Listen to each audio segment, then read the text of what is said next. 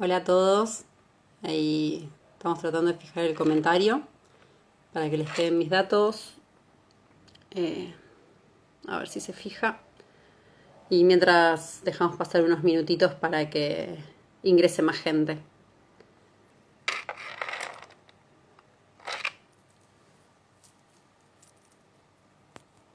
¿Se escucha bien? Les pido que me digan eso, por favor.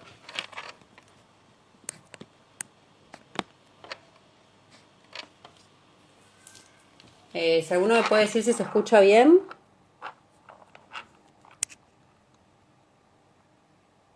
Un dedito para arriba.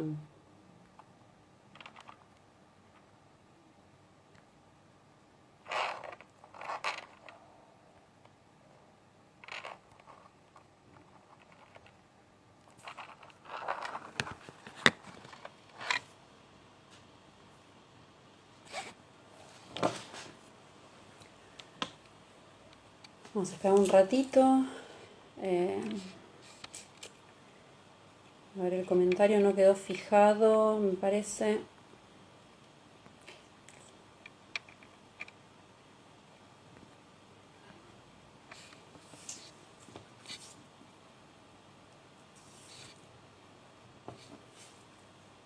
Bueno, mientras se va sumando un poco de gente, eh, les cuento un poco de qué vamos a hablar.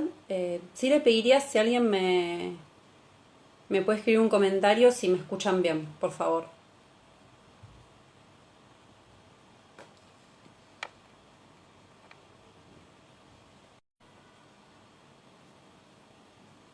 Buenísimo que se escucha bien. Muchas gracias. Porque, a ver. Y el comentario abajo no quedó fijado. Bueno, después se los vuelvo a poner. Con mi mail y el Instagram y el Facebook que usamos, que no sé por qué no estará quedando fijado.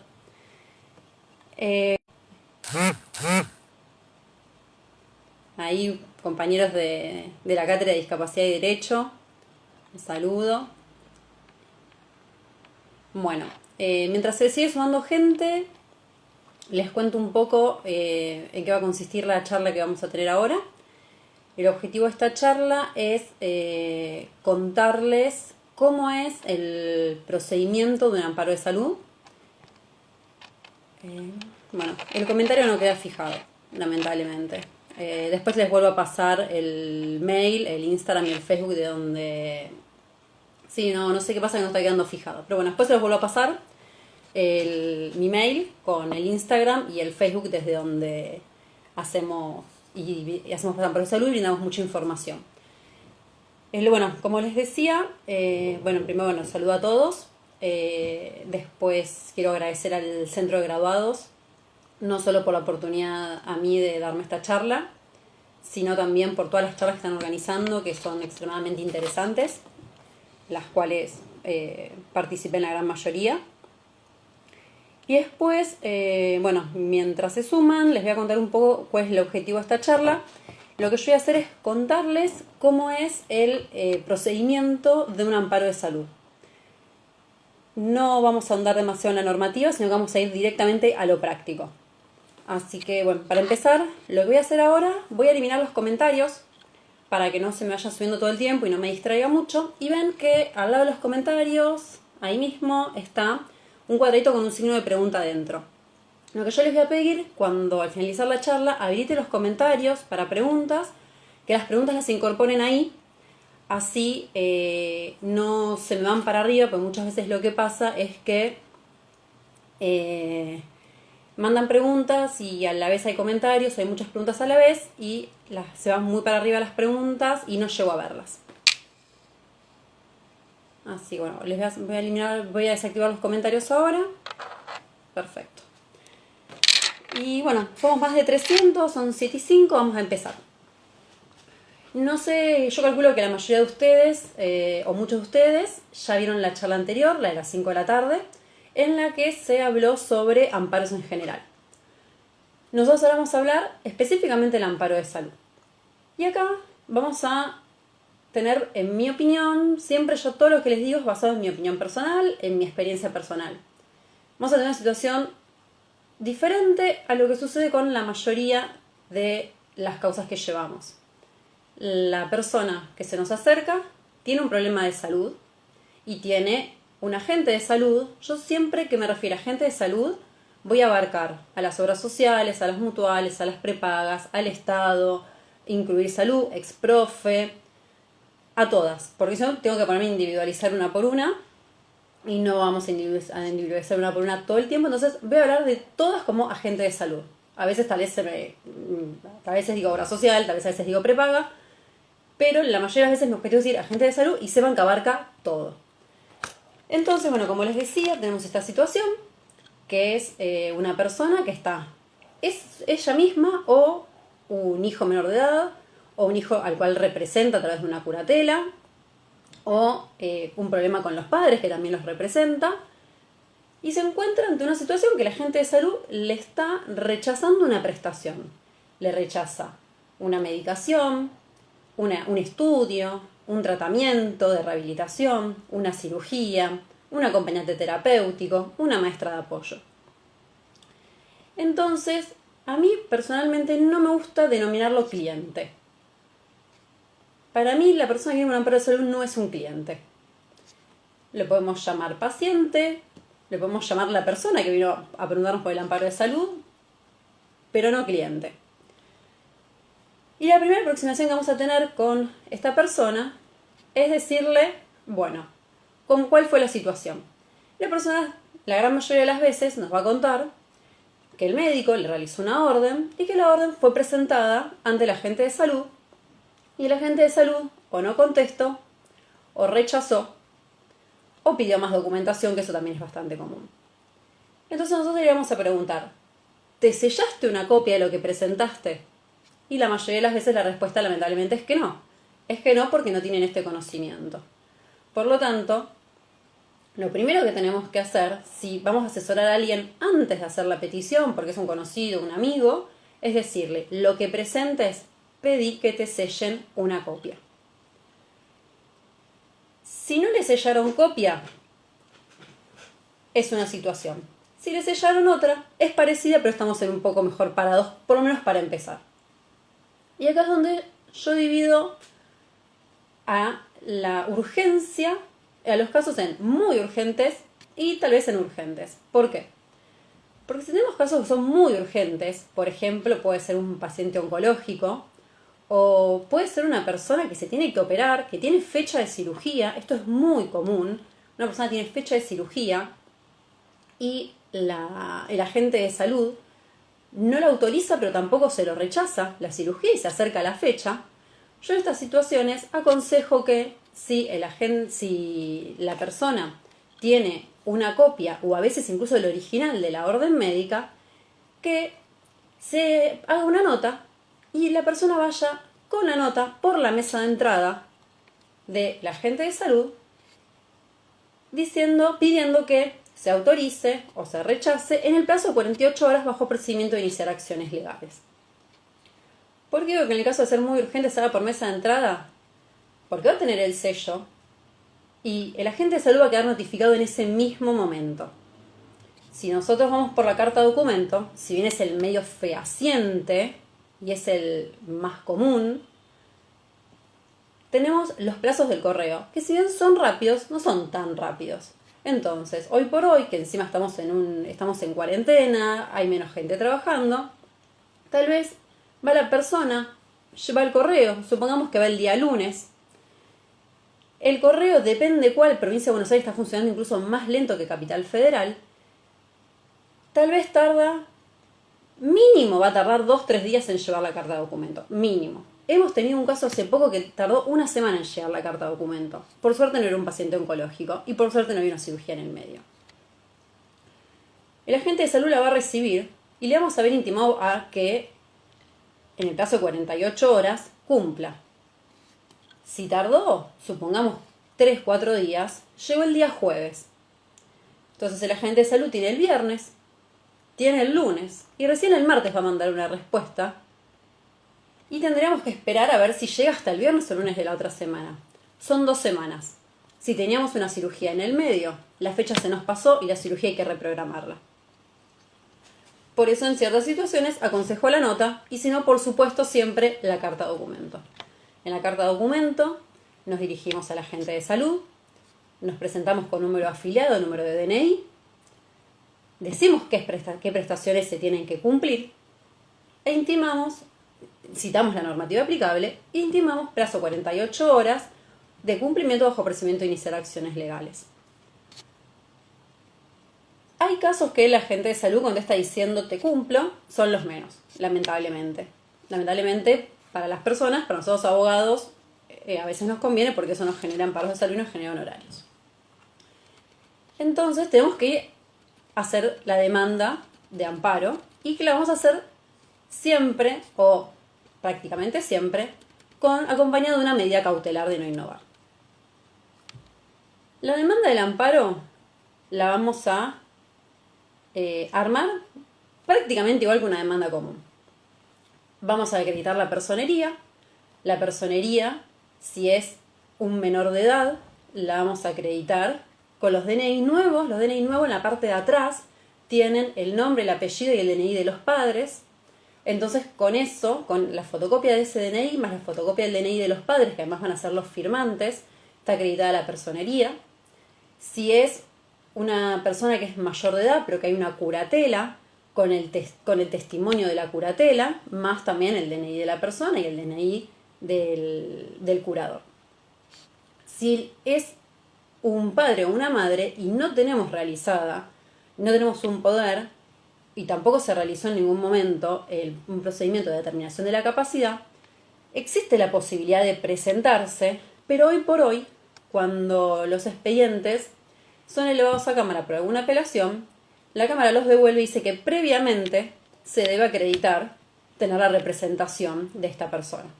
Así que si en algún momento ven que tienen que representar a un hijo de un adulto mayor, les recomendamos que le aconsejen iniciar de inmediato, en el caso que la persona esté lúcida y pueda hacer un poder, que le haga un poder, y si no, que inicien de inmediato una determinación de la capacidad, porque corren el riesgo que si no el amparo les quede trabado por no poder acreditar que son los representantes. Después de la personería vamos a incluir el objeto. En el objeto vamos a establecer qué prestación estamos pidiendo. La prestación tiene que estar muy detallada porque el juez tiene que entender qué es lo que nosotros necesitamos que el agente de salud cumpla. Después vamos a hablar del tema de la competencia.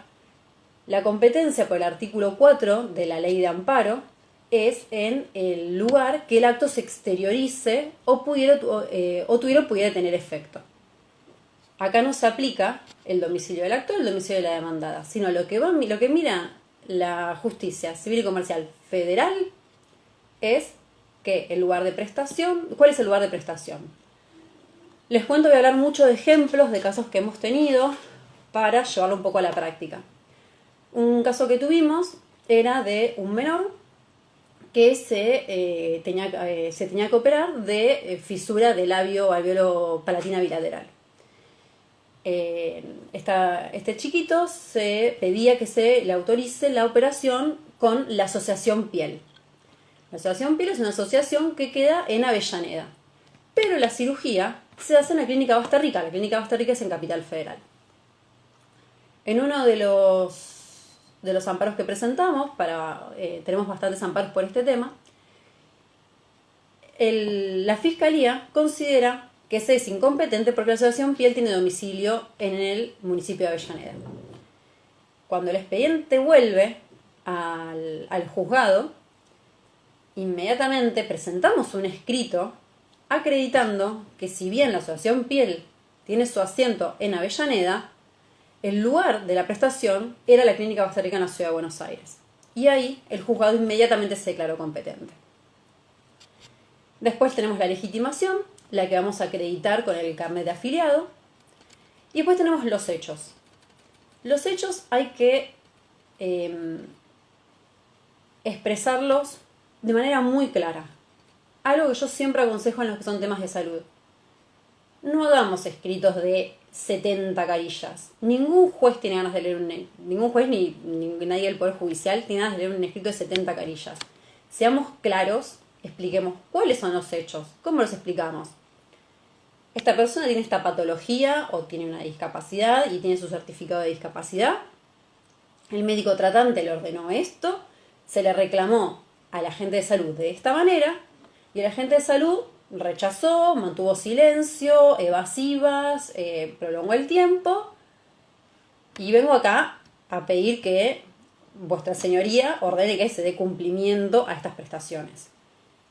No nos vayamos por las ramas porque pueden empeorar la situación y puede dar lugar a que se considere que se está pidiendo algo que la vía no es el amparo. Entonces, concisos, pero explicando bien cuáles son los hechos. Después de los hechos vamos a hablar del derecho. ¿Qué pasa con el derecho? El derecho a la salud y el derecho a la vida no están expresamente previstos en la Constitución Nacional, pero se los considera derechos implícitos. Y esto mismo fue receptado por la Corte Suprema en el fallo Asociación Bengalensi. Así que, cuando quieran hablar del derecho constitucional, utilizan el artículo 33, el fallo Bengalensis, y son derechos implícitos. Después, el capítulo 2 de la Constitución de la Ciudad de Buenos Aires es un capítulo completo que abarca el derecho a la salud. Y después tenemos los tratados internacionales. A través del artículo 75, inciso 22, ahí les leo los que yo comúnmente pongo: Declaración Americana de Derechos y Deberes del Hombre, Declaración Universal de los Derechos Humanos, la Convención Americana de Derechos Humanos, Pacto de Derechos Económicos, Sociales y Culturales, y la Convención Interamericana para la Eliminación de todas las formas de discriminación. Y después, a través del artículo 75, inciso 23, incorporamos la Convención sobre los Derechos de las Personas con Discapacidad. Incluido esto, vamos a incluir la normativa específica de la materia que estamos tratando. Yo después les voy a dar varias normas para que ustedes las tengan en consideración. No las podemos tratar una por una porque son muchísimas y para eso necesitaríamos una charla aparte. Pero para darles un ejemplo, que es la más común, la ley de discapacidad, no creo que es la más común, por lo menos si en nuestro caso es la que más usamos, la ley de discapacidad, la 24901. ¿Qué tenemos después? La medida cautelar. La medida cautelar es lo que nos va a dar el pie para tener la protección inmediata de los derechos de la persona a la que estamos representando en el expediente. La medida cautelar que vamos a pedir es de no innovar. Y vamos a tener que acreditar los 3 requisitos de las medidas cautelares: la verosimilitud en el derecho, el peligro en la demora y la contracautela.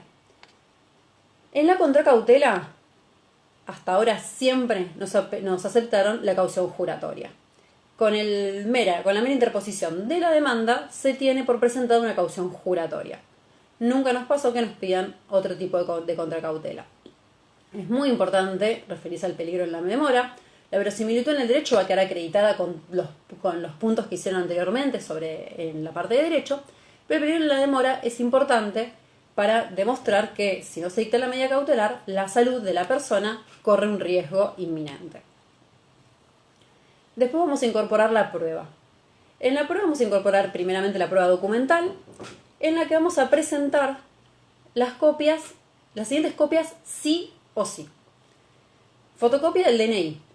Como les dije antes, si es un menor o si es una persona que está representada, del menor más sus representantes. Si el DNI del menor de edad son los DNI que son un poco más viejos, que no tienen del lado de atrás el nombre, el apellido y el DNI de los padres, van a tener que acompañar también la partida de nacimiento. El testimonio de curatela, que los designó curadores. Si hay certificado de discapacidad, fotocopia de certificado de discapacidad. Cuando hay una asociación a una obra social, a una prepaga, a una mutual, el carnet de afiliado. Si la fotocopia hoy digo fotocopia, pero en realidad cuando esto vuelva a la normalidad les diría que presenten los originales de las órdenes médicas. Sin las órdenes médicas no va a salir ninguna medida cautelar. Sí o sí tienen que presentar las órdenes médicas. Y después, si mandaron carta documento, las cartas documentos, si presentaron notas, las notas. Si tuvieron intercambio de mail, acompañen los intercambios de mail. imprimen los intercambios de mail y los acompañan también. ¿Qué hago yo comúnmente? El mismo día que sorteo hago un paréntesis acá en documental, el mismo día que sorteo la demanda, le pido a la persona que voy a representar que me acompañe, porque lo que tiene es que los amparos se sortean en el momento, la oficina nos devuelve la demanda con la carátula y nosotros la vamos a llevar al juzgado.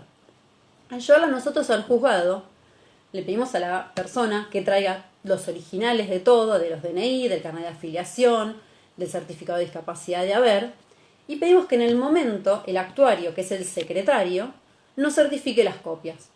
¿Qué puede pasar? Que algunos juzgados dicen, no, bueno, tenés que esperar, que saquemos el primer auto, el secretario está ocupado. Bueno, lo podemos esperar, no hay ningún problema. Esperamos al secretario, porque la persona está hoy acá, tiene todos los documentos acá, y así nos ahorramos este paso, porque si no después, previo a dictar una medida cautelar, nos van a pedir que, en la mayoría de los juzgados nos van a pedir que se acrediten con los originales esas copias. Dicho eso, sigo con la prueba, vamos a ofrecer prueba informativa.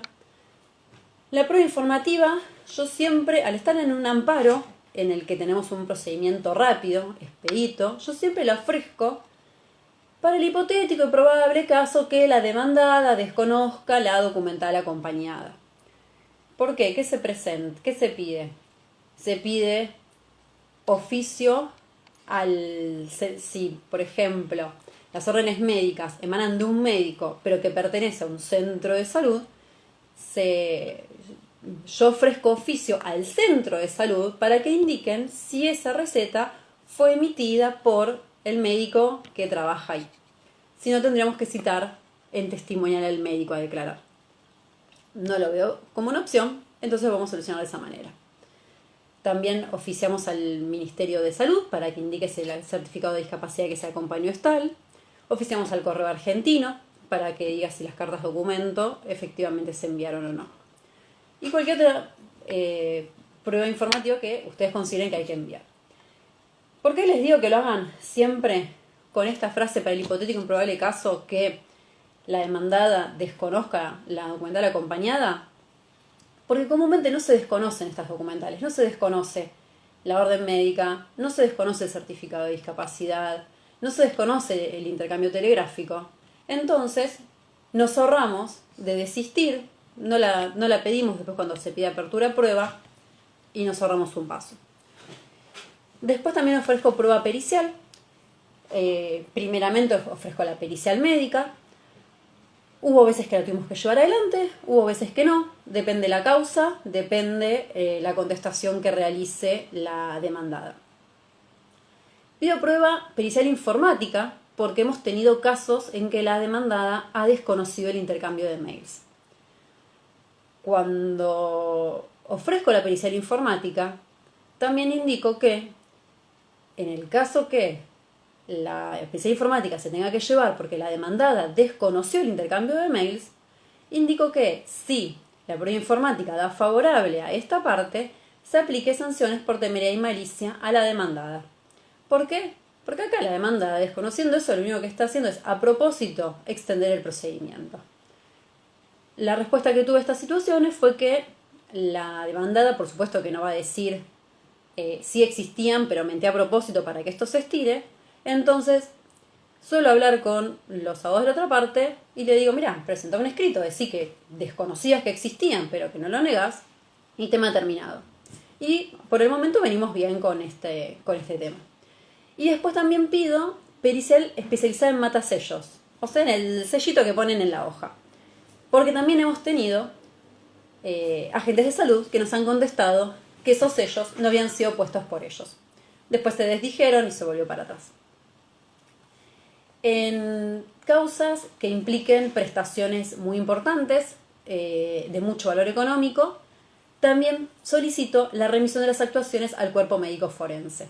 Por ejemplo, si hay un tratamiento que se tiene que celebrar en Estados Unidos, o un tratamiento o una medicación que hay que hacerla acá, pero que implica desembolsos muy grandes de dinero. Piensen que hay tratamientos que a veces salen $200.000, $300.000.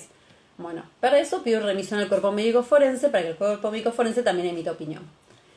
Y finalmente hacemos la reserva del caso federal, el autoriza y el petitorio. Espero, por un lado, no hablar muy rápido y por otro lado espero que me dé el tiempo.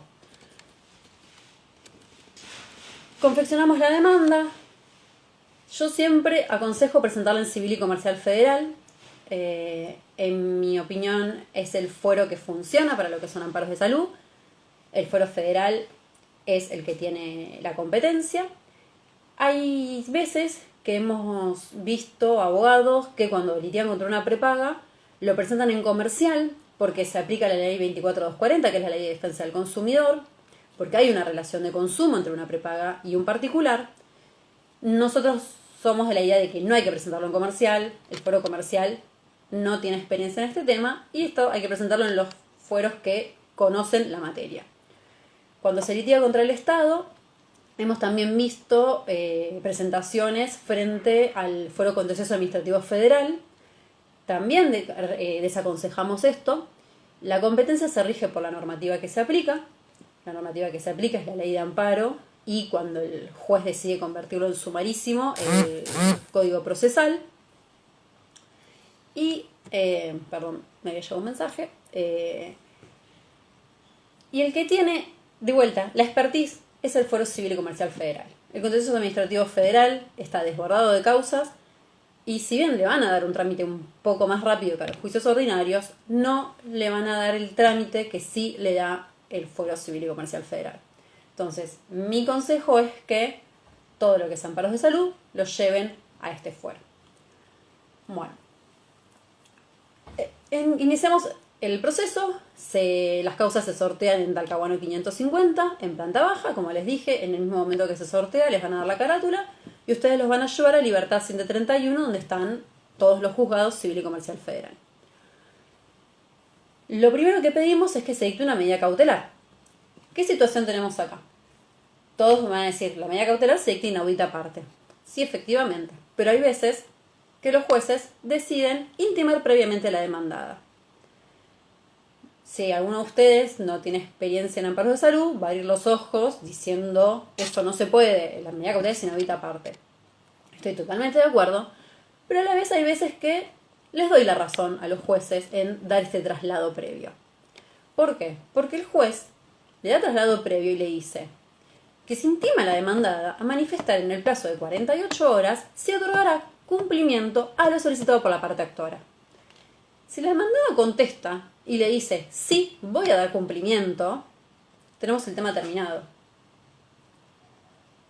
Entonces nos cerramos muchísimo y la persona va a acceder a la salud antes. ¿Qué es lo negativo?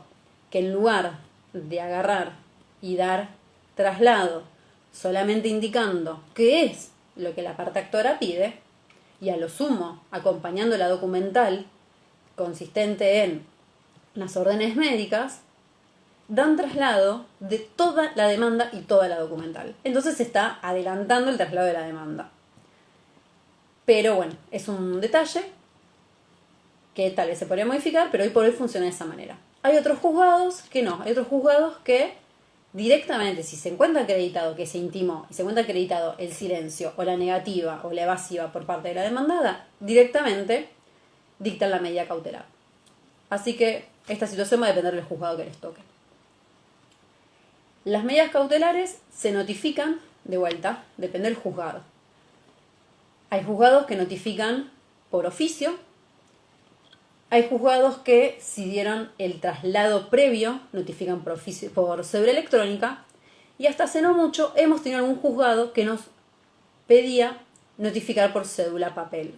Cuando no la medida cautelar, sino después el traslado de la demanda, que bueno, después vamos a hablar de eso, me fui un poco para adelante. Si la parte demandada, una vez notificada, apela la medida cautelar, para empezar tiene un plazo de 48 horas. Si la apela, la apelación es con efecto devolutivo y no suspensivo. Y además, eso me pasó en todos los juzgados, previo a remitir las actuaciones a la Cámara de Apelaciones, se le exige a la demandada acreditar en autos haber cumplido con la medida cautelar. Entonces, cuando tenemos un amparo que es de objeto único, que es de una prestación de una sola vez, vamos a tener cumplida la medida cautelar, vamos a tener asegurado el derecho de la persona y después vemos cómo sigue el expediente, va a ir a cámara, nos importa menos.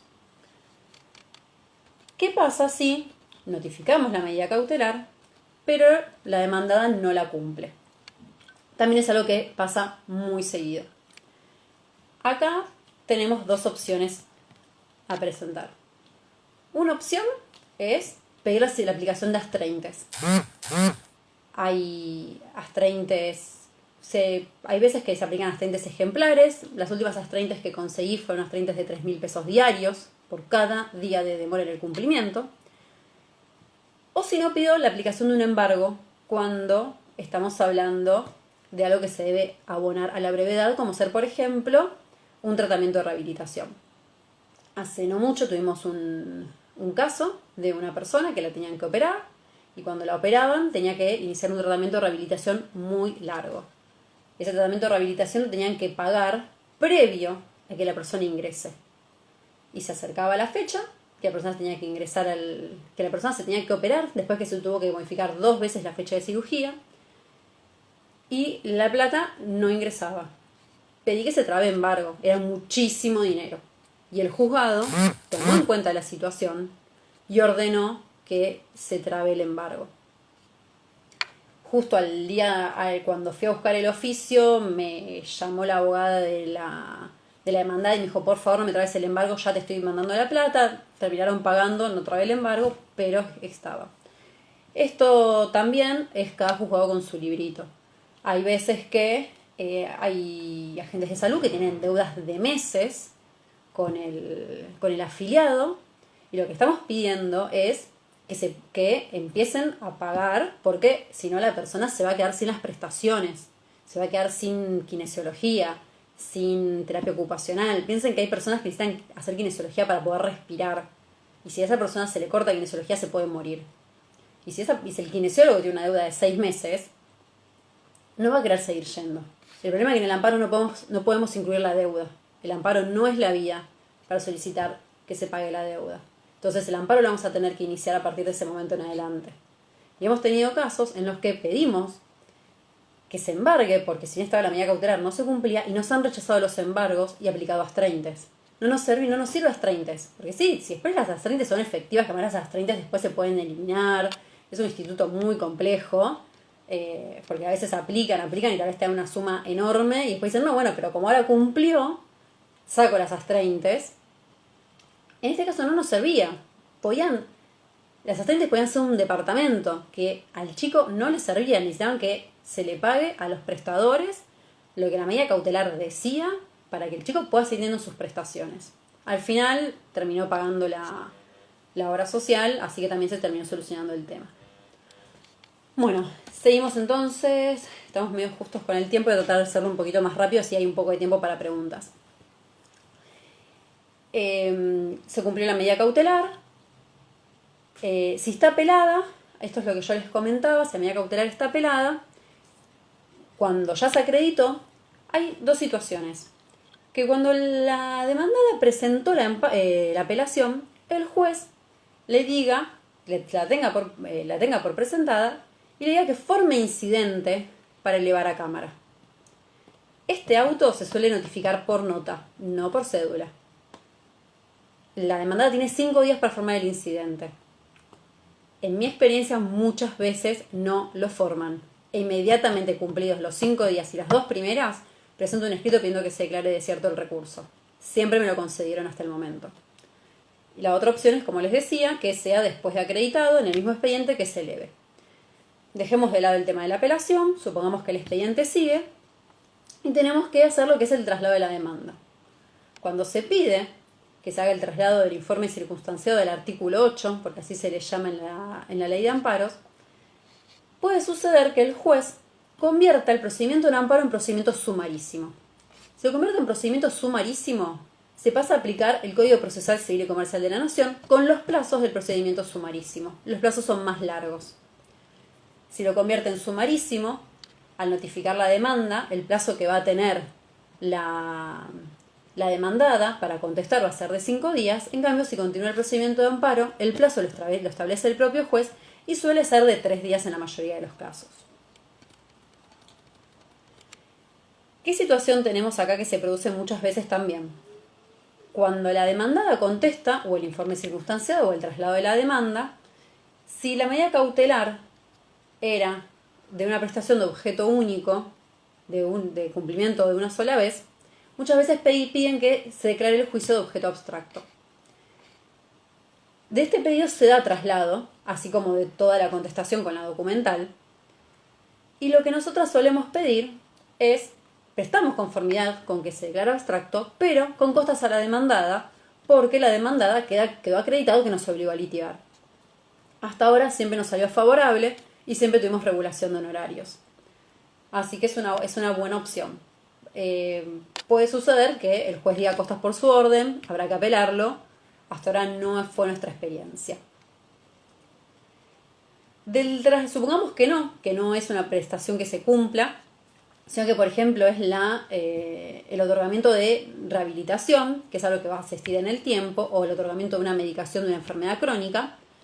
En ese caso, la causa va a seguir y nos van a dar traslado de la documentación que haya presentado la demandada.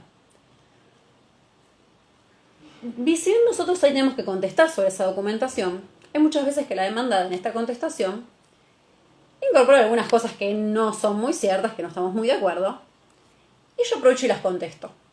No las tendré que contestar, me podrían tener por no presentado el escrito y indicarme que se desglose. Hasta ahora lo máximo que me pasó fue que se me tuvieron por no presentados algunos puntos. Hasta ahora nunca me pasó que me manden a desglosar un escrito. Me puede suceder en cualquier momento, pero lo hago, porque hay veces que las cosas que leemos del otro lado son, llamémosle, fuertes.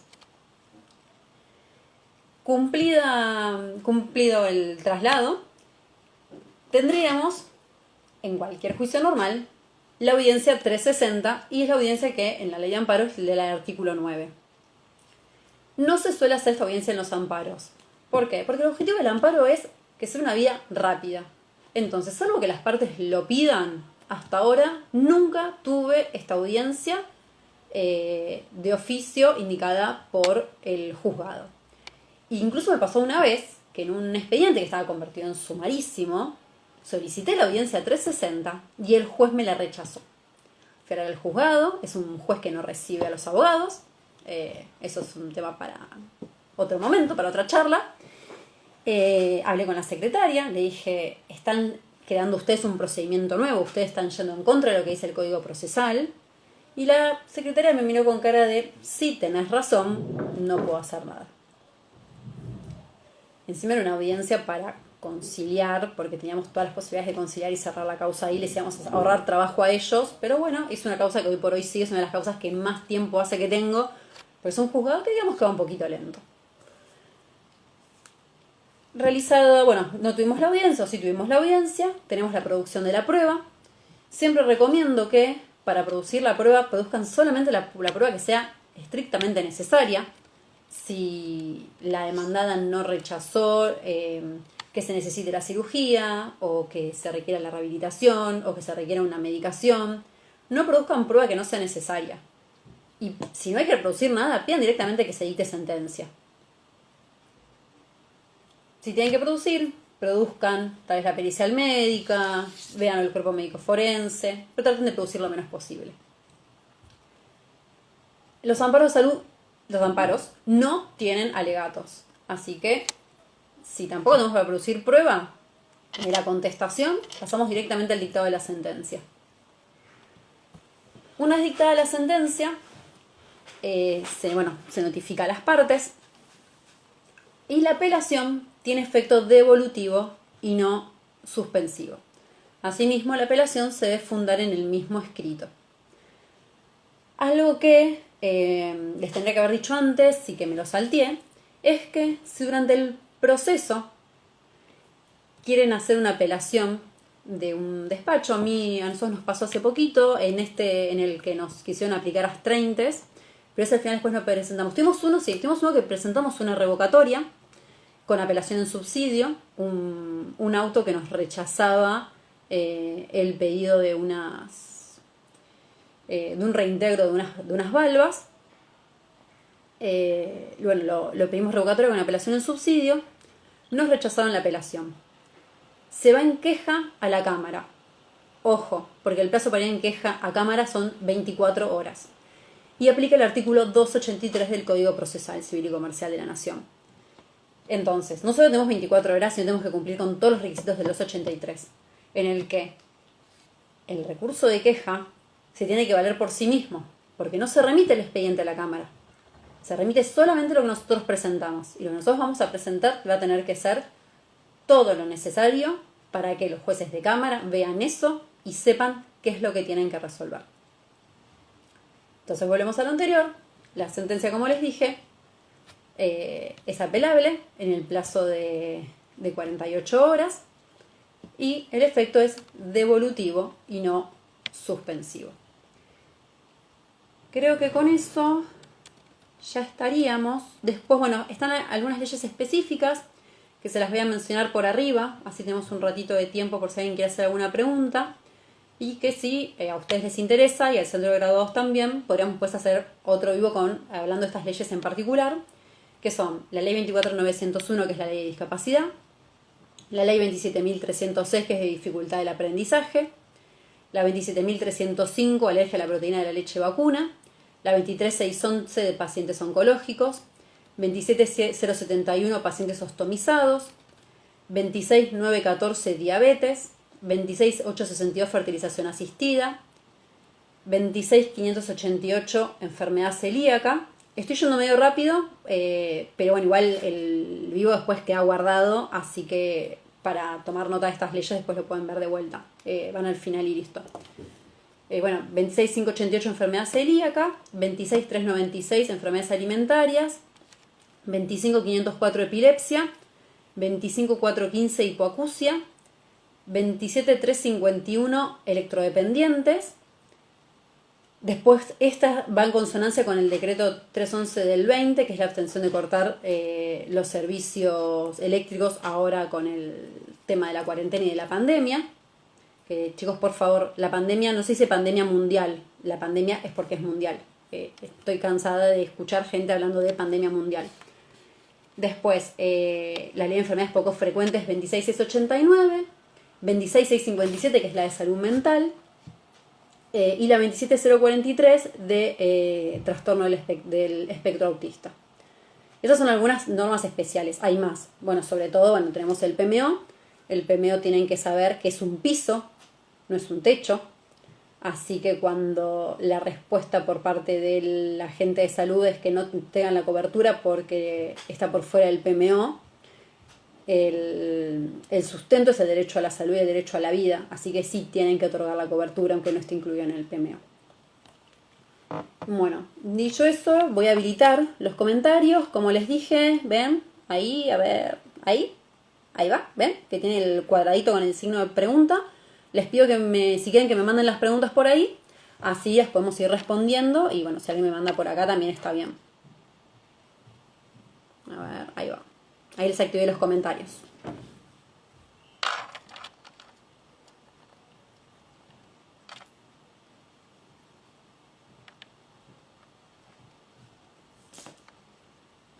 Gracias por el comentario, es muy útil. Tasa de justicia. En Capital Federal no pagan. Por favor, mándenme por el simbolito del pregunta, porque acá se me va muy para arriba. Tasa de justicia. Capital Federal no pagan los amparos tasa de justicia. Tema honorarios. La ley de honorarios establece un mínimo de 20 UMA. Así que hoy por hoy creo que el UMA está en 3.000 y pico más o menos. Hasta ahora, una vez sola me pasó que un juez me regule más de 20 UMA, que me regularon 25 y la Cámara lo bajó a 20. Digamos que con la plata ajena es bastante fácil regular en horarios bajos, ¿no? Si los poderes están separados y uno quiere iniciar la acción, puede. No entiendo la consulta. ¿De qué poderes te referís? Honorarios, bueno, ahí se los contesté recién. ¿Puedo pedir la ampliación de la cautelar? Sí, por supuesto, lo hemos hecho muchísimas veces. Pedir ampliación de cautelar para que de esa manera no iniciar un amparo nuevo.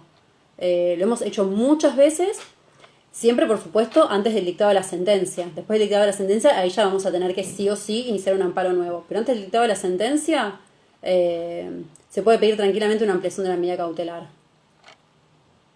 Amparo de salud por el COVID. A ver, si podés explicarme un poquito mejor qué es lo que quisieras pedir por el COVID. Se debe agotar la vía administrativa. Claro, por eso yo les decía la presentación de una nota o el envío de una carta de documento. Ojo, porque ahí está circulando por muchos lugares que la vía se agota yendo a la Superintendencia de Servicios de Salud. No, son situaciones distintas. La superintendencia si se quiere hacer un reclamo administrativo. No hay que ir a la superintendencia antes de hacer la vía judicial. Otra cosa más, muchas veces me consultan por la superintendencia. Si la persona es una persona que no tiene medios económicos y no tiene apuro, sí, yo les recomiendo, vayan primero a la superintendencia. Y sobre todo si es contra una obra social. Si es contra una prepaga, olvídense porque la superintendencia no tiene facultades para sancionar a las prepagas. Así que yo les recomendaría directamente que no vayan a la superintendencia, que vayan directamente por el amparo. Si no tienen tiempo, ni se acerquen a la superintendencia porque va a ir muy lento. Bueno, honorarios es lo que les decía. En la ley de honorarios establece 20 UMA. Y hasta ahora en la justicia siempre me regularon 20 y la única vez que me regularon 25, la Cámara me lo bajó a 20. Se puede interponer un amparo contra una obra social por no querer aceptar a una persona con enfermedad preexistente. Sí, por supuesto, porque está prohibido rechazar a las personas por tener una preexistencia. Lo que va a pasar es que se va a aplicar una cuota diferencial a la persona que tiene una preexistencia. Y si esta preexistencia es una enfermedad crónica, la cuota diferencial va a ser crónica. Pero si la preexistencia que tiene no es crónica, el plazo máximo para la cuota diferencial es de 3 años. Eso lo dice el decreto reglamentario de la ley. Amparo por reafiliación, bueno, es lo que les contesté recién. Me interesa otro vivo con esas leyes especiales. A mí también, si los chicos del centro de graduados quieren, yo chocha. Me encanta hablar de esto y me encanta hacer vivos, así que si les interesa me encantó. ¿Cómo hacemos con las notas administrativas en época de pandemia? Hasta ahora, en época de pandemia, todas las obras sociales y prepagas con las que yo tuve que hacer un reclamo, todas tuvieron una oficina abierta. Hay que ver cuál es la oficina, comúnmente suele ser la sede central, pero todas tienen por lo menos una oficina abierta. Y si no, van a tener que mandar una carta de documento. Si ellos tienen todas las oficinas cerradas, es un problema de ellos. ¿Cómo era el tema de la nota que no entendí? Lo que yo les digo es que redacten una nota, como si fuese prácticamente igual una carta de documento, tal vez un poquito más suave para que no se den cuenta que ya hay un abogado en el medio y tal vez conseguir que cumplan, pidiendo... yo, Verónica Fuente Kleiner, afiliada a esa obra social, número tanto, patología tal, con certificado de discapacidad o no certificado de discapacidad, vengo a solicitar que en el plazo de 48 horas se me indique si se me autoriza tal prestación, tal medicación, bajo apercibimiento, en caso contrario, de iniciar acciones legales. Y se firma y pondría un mail y un teléfono como para que se puedan comunicar. Igualmente, en este momento, las obras sociales, todos los agentes de salud, los rechazos, lo están haciendo por teléfono, para que no quede constancia y así sea más complejo el amparo. Doc, ¿se puede hacer un amparo por los padres sin tener curatela? Sí, es lo que yo les explicaba. Se puede iniciar, pero en este momento la Cámara está muy estricta con este tema. Entonces, inícienlo, pero yo les diría que antes de iniciarlo, exactamente al mismo tiempo, inicien la determinación de la capacidad en el fuero civil. La persona tal vez tenga que pagar por 2 expedientes, pero si no, en algún momento el amparo de salud se les va a trabar porque no le van a permitir que sean, porque no tienen forma de representar a los padres. Y si no, si hay una curatela, no están lúcidos, pero si no, la otra opción que puse es que si la persona está lúcida, que haga un poder a favor de los hijos o de la persona que quieren que lo represente. Sí, es porque es federal que se debe presentar en Talcahuano. El derecho a la salud es materia federal. Doctora, no está el símbolo de pregunta. Bueno, yo lo veo. Igual me está mandando, las estoy leyendo por acá. Ahora a ver. Sí, no tengo ninguna en preguntas. Bueno, igual los voy leyendo por acá. Marcial rechazado ya en el juego de la ciudad.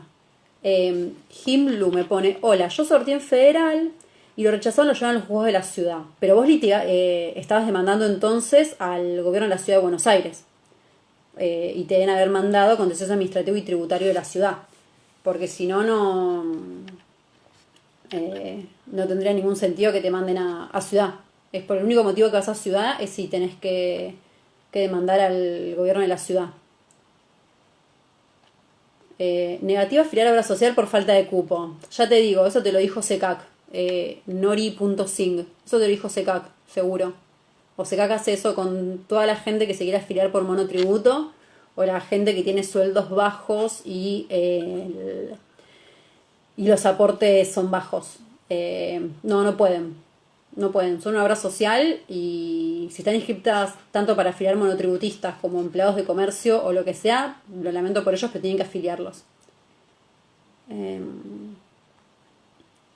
¿Qué hacer cuando una obra social particular te rechaza cobertura por obesidad mórbida? Es la ley que te dije recién. Yo les pido disculpas que las leyes, los números los lea, pero yo nunca me acuerdo los números de una ley. Enfermedades alimentarias. Ley 26.396. Es para Maralexita 33, esa respuesta. A ver, el amparo era por fertilidad. Se autorizó el tratamiento como cautelar. Pido sentencia o se declara abstracto y pido regulación. Quiero cobrar honorarios. Si te querés asegurar los honorarios y si la demandada no pidió que se declare abstracto, seguilo. No te va a llevar mucho trabajo y te asegurás cobrar 20 UMAS. Muy bueno las leyes especiales, les vuelvo a decir. Le hablamos con la gente de graduados para hacer un vivo con las leyes especiales. Hay algunos amparos de salud que tramitan en civil familia. Puede ser, yo no estoy de acuerdo. No digo que no se los vayan a aceptar. Me parece rarísimo igual que, que familia acepte un amparo. Es más, tengo situaciones de chicos mayores de edad con discapacidades severas que por ende hay curatela e intentamos hacer pedido a través del expediente civil de la curatela para no iniciar un expediente nuevo. Y si bien aplicaron las 30, no se pueden meter en el amparo de salud y en la cautelar porque no es materia de ellos. Ojo, esto no significa, yo acá les estoy hablando de la ciudad de Buenos Aires, esto no significa que en provincia y en el interior del país no haya un amparo que tramite en civil familia. En el interior del país hemos tenido consultas porque hubo amparos que tramitaron en sede penal. Tuvimos amparos que tramitaron en laboral. Ojo, porque estoy hablando de ciudad de Buenos Aires. Bueno, no está el símbolo de preguntas. Muy bueno, otro vivo con leyes especiales, por favor. Me encantaría. Hagamos mucha fuerza con el centro de graduados para que me dejen hacerlo. Están autorizando notificar por carta documento. El tema es que las oficinas de obras sociales están cerradas en muchos casos y no se reciben correspondencia. ¿Algún comentario o sugerencia? Gracias. A ver, primero, la salud es un servicio esencial desde el día 1. Entonces, si las obras sociales, las prepagas, las mutuales, todas, los agentes de salud, tienen las oficinas cerradas, lo lamento mucho, quedaste notificado igual. Así que manden la carta documento. Igual en mi experiencia, está bien que estamos en 70, 80 días de cuarentena, no sé ya sé cuánto. Por supuesto no litigué contra todas las obras sociales y las prepagas. Mi experiencia es que todas tienen alguna oficina abierta. Es más, si alguno tiene alguna duda con alguna en particular, me puede escribir y tal vez les puedo indicar cuál es. En provincia de Buenos Aires, ¿diferencias para todo? No entiendo la consulta. Excelente exposición, muchas gracias. Adjuntamos la epicrisis. Sí, se puede adjuntar tranquilamente, nunca está de más. Es un tema el tema del falseamiento de datos. ¿Por qué es un tema? Porque muchas veces lo que hacen quienes reciben la declaración jurada, la llenan ellos y le dicen al particular, tenés que firmar acá. Y nunca le explican qué es. Y después van y los quieren dar de baja. Justo hoy me llegó un caso, una carta de documento que los dieron de baja al padre y a la hija por supuesto falseamiento de datos. Es un tema re complejo. Ejecuciones de honorarios, se ejecuta embargando. Se pide que se embargue porque no pagaron. Eso no es muy complejo. Se pide que se embarguen las cuentas de la demandada, se embargan. Se pide que se cite en venta, una vez que entró la plata, se cita en venta por 5 días y después se ejecuta. En un ratito se me va a terminar. Si se llega a cortar y no terminamos, vuelvo a entrar, así terminamos de resolver las preguntas. Así que si hay alguna pregunta que no respondí y se cortó, me las vuelven a mandar. ¿Qué pasa cuando el titular de la obra social no es el enfermo, sino un familiar? Me pasó un amparo por una mujer embarazada y me hicieron hacer parte al marido. No, eso es rarísimo. Porque, a ver, no sos el titular, pero sos adjunto. Así que no entiendo por qué. No sé qué tiene que ver el marido. Si hay un menor y los padres uno quiere y el otro no, ¿se puede? Ahí va a prevalecer la salud del menor. Yo les diría que si el padre que lo quiere hacer, si realmente hay una afectación a la salud, que lo haga. Y bueno, ahí va a haber, el juez va a tener que tener mucha mano. No va a pensión. No entiendo la pregunta. ¿Se cobran honorarios al paciente o solo a la condenada en costas? Miren, yo soy... algunos abogados me van a querer matar con esto. Yo muchísimos amparos que hago los hago gratis, porque muchas veces la gente no tiene plata para pagar un abogado. Sin embargo, los honorarios se cobran a los dos. A ver, los honorarios que a nosotros nos paga el cliente, son los honorarios que nos corresponden a nosotros, es el trabajo que el cliente nos asignó. Después, el juez decide que nos va a regular honorarios porque lo ganamos. ¿Pero qué pasa si el juez decide costas por su orden? ¿Qué hicimos? ¿Trabajamos gratis? No trabajamos gratis. Entonces, pacten honorarios con su cliente. Si les parece que pedirles lo que dice la ley de honorarios, que es 20 UMA, es mucho porque estamos hablando de más de 60.000 pesos, pídanle un número menor, pídanle cuotas, pero también hagan valer sus honorarios. Si el cliente no tiene plata, lleven el amparo gratis. Nosotros hacemos muchísimos amparos de manera gratuita, pero muchísimos. Me animaría a decirles que hasta la mayoría de los amparos que hacemos son de manera gratuita al paciente. ¿Qué diferencias hay con provincia de Buenos Aires? Eso es otro vivo porque es otra ley de amparo, otra ley de procedimiento. A ver, igual la base es la misma. Es la demanda, se pide la medida cautelar, la base es la misma. Pero bueno, si tenemos que ponernos a estudiar otras leyes, pero bueno, de vuelta, la esencia es la misma. Demanda, medida cautelar. Eso es lo que tienen que tener en consideración. Y después ver las leyes particulares. ¿Qué argumentos tenemos si no nos quieren recibir la nota los empleados? No suele pasar porque la mesa de entrada está justamente, la mesa de entrada lo único que hace es agarrar papeles y poner sellos. No me pasó nunca. Sí me pasó una vez que no me querían recibir unas facturas. Yo entré en este mundo por un tema personal. Mi marido tiene una enfermedad autoinmune que le genera una discapacidad. Y lo represento a él y así entré en este mundo. Y me han querido no recibir facturas y tuve que invertir y contraté un escribano. E hice un acta y después pedí en el expediente que me reintegren la plata del escribano.